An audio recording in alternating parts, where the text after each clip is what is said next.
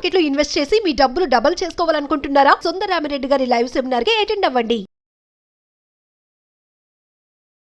అమెరికాలో పౌరసత్వం పొందడం ఒక కళ. ఇప్పుడు గ్రీన్ కార్డుకి సంబంధించి కొత్త నిబంధనలు వస్తాయనే ప్రచారం, అలానే అన్నీ సక్రమంగా జరిగితే జన్మతః వచ్చేటువంటి పౌరసత్వానికి సంబంధించిన కొత్త కండిషన్స్ని డొనాల్డ్ ట్రంప్ ప్రభుత్వం ఈ రోజు నుంచి అమలు చేయాల్సింది. కానీ అనివార్య కారణాలు, రకరకాల పరిస్థితుల నేపథ్యంలో ఇవన్నీ కూడా వాయిదా పడుతుంది. తాజాగా పౌరసత్వం విషయంలో వస్తున్నటువంటి కొత్త కొత్త చర్చలు, నిబంధనలు ఏంటి? అమెరికాలో ఉండాలనేటువంటి కళ ఇంకా ఉందా, ఆవిరైపోయిందా? ఈ అంశాన్ని విశ్లేషించే ప్రయత్నం చేద్దాం. మనతో పాటు అమెరికన్ లా రీసెర్చర్ సాయి శ్రీనివాస్ గారు ఉన్నారు. సాయి శ్రీనివాస్ గారు నమస్తే.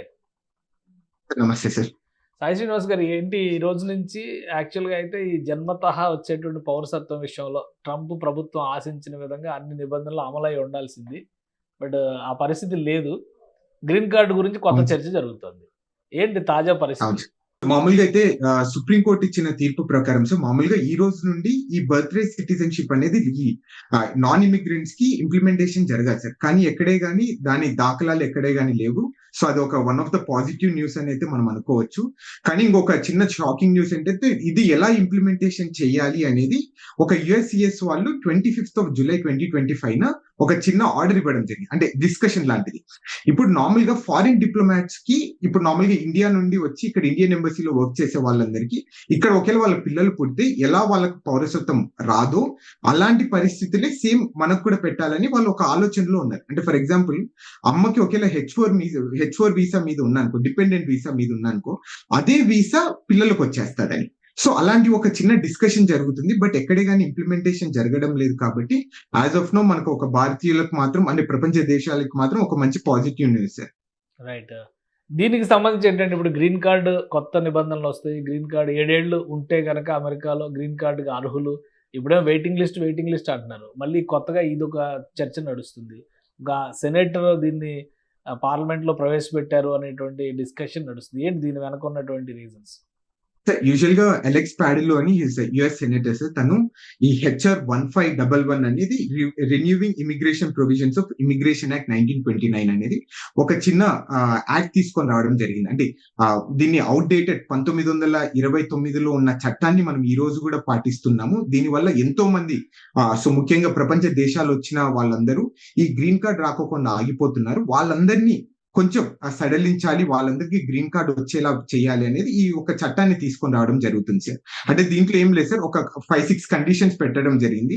దాంట్లో మెయిన్ కండిషన్ ఏంటంటే ఇక్కడ లీగల్ గా వచ్చేసి 7 సంవత్సరాలు మీరు ఇక్కడ లీగల్ గా ఉండి ఏ క్రిమినల్ యాక్టివిటీ లేకపోయినా ఈ మంచి గుడ్ మోరల్ కండక్ట్ ఉంటే ఇవన్నీ జరిగితే మీకు తప్పకుండా 7 ఏళ్ల లోపు గ్రీన్ కార్డ్ తీసుకొని రావాలి. ఎందుకంటే మీరు ఇక్కడ కర్మభూమిగా అనుకుంటున్నారు కాబట్టి ఇక్కడే ట్యాక్స్ పే చేస్తున్నారు, ఇక్కడ ఒక సెకండ్ హౌస్ అనుకుంటున్నారు కాబట్టి మీకు తప్పకుండా గ్రీన్ కార్డ్ అనేది ఇచ్చి మీకు స్వేచ్ఛగా తిరిగేలా చేయాలి అనేది అతని ఇంటెన్షన్ సార్. కానీ ఇది పాస్ అవుతుందా లేదా అనేది సెకండ్, అట్లీస్ట్ ఒక మంచి పాజిటివ్ డిస్కషన్ అయితే నడుస్తుందని మనం అయితే హ్యాపీగా ఫీల్ కావాలి సార్. కానీ అంటే ఇది ట్రంప్ ప్రభుత్వం ఇప్పటివరకు అనుసరిస్తున్న పాలసీలకు భిన్నంగా ఉంది ఈ వాదన. ఎలా అసలు పార్లమెంట్లో, సెనేట్లో బలాలు ఎలా ఉండొచ్చు? ఆయన పెట్టినటువంటి బిల్లుని సీరియస్ గా తీసుకునే అవకాశం ఉందా లేదా? అంటే so let me tell you ఇంకొక సీక్రెట్ విషయం ఏంటంటే సార్, ఇది ఆల్రెడీ September 2022 ఆల్రెడీ ఈ బిల్ అనేది ఇంట్రడ్యూస్ చేయడం జరిగింది. సో ఆ రోజు పాస్ అయిందో లేదో కానీ మళ్ళా సో ఈ రోజు ఒక చిన్న ఆర్గ్యుమెంట్ తీసుకొని రావడం జరుగుతుంది.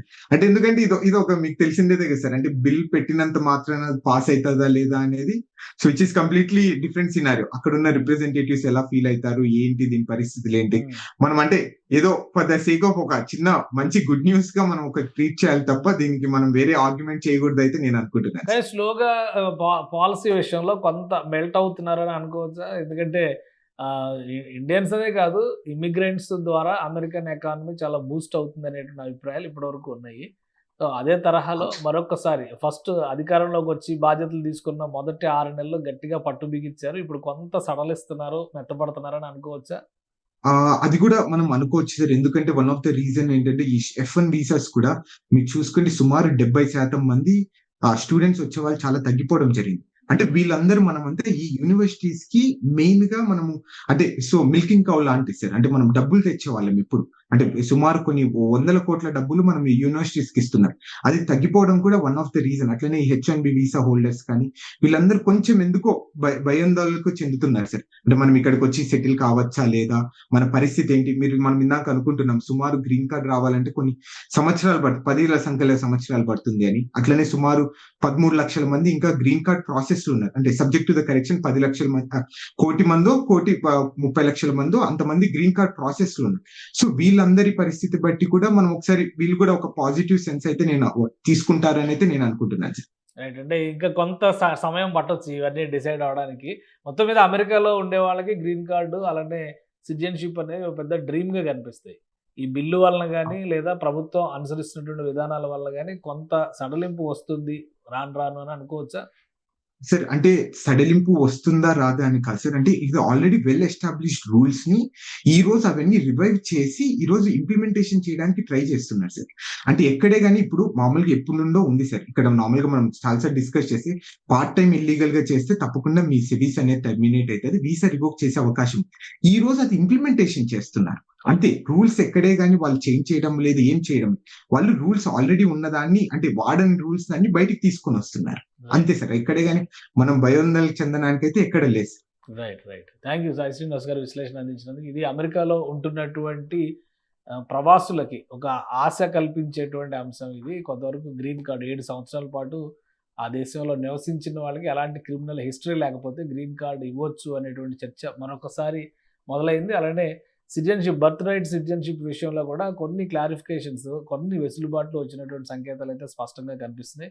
సో రాబోయే రోజుల్లో అమెరికా డ్రీమ్ అనేది మరొకసారి ఫ్లరిష్ అవుతుందా అని అనిపిస్తుంది. దీన్ని బట్టి చూస్తే అది సాయి శ్రీనివాస్ గారు చేసినటువంటి విశ్లేషణ బట్టి మనం అర్థం చేసుకోవచ్చు. ఇది స్పెషల్ డిస్కషన్. Keep watching.